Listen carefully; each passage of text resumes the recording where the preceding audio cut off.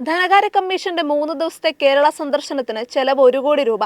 Doctor Aravind Panagariya അധ്യക്ഷനായ 16-ാം ധനകാര്യ commission 3 ദിവസം സംസ്ഥാനം സന്ദർശിച്ചപ്പോൾ ഇവരുടെ താമസം, ഭക്ഷണം, മറ്റ് ചെലവുകൾ എന്നിവയ്ക്കായി 1 കോടി രൂപ ചെലവായെന്നാണ് സംസ്ഥാന ധനവകുപ്പിന്റെ കണക്ക്.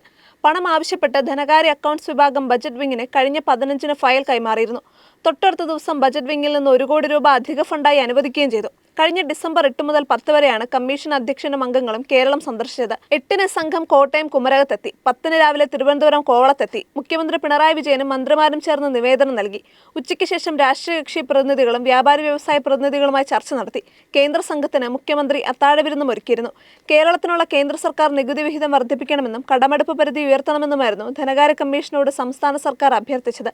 നികുതി വിഹിതം ഉയർത്തണമെന്ന ആവശ്യം പല സംസ്ഥാനങ്ങളും ഉന്നയിച്ചിട്ടുണ്ടെന്ന് ധനകാര്യ കമ്മീഷൻ അറിയിച്ചിരുന്നു. എന്നാൽ കടമെടുപ്പ് പരിധി ഉയർത്തണമെന്ന കേരളത്തിന്റെ ആവശ്യം ധനകമ്മീഷൻ തള്ളിയിരുന്നു.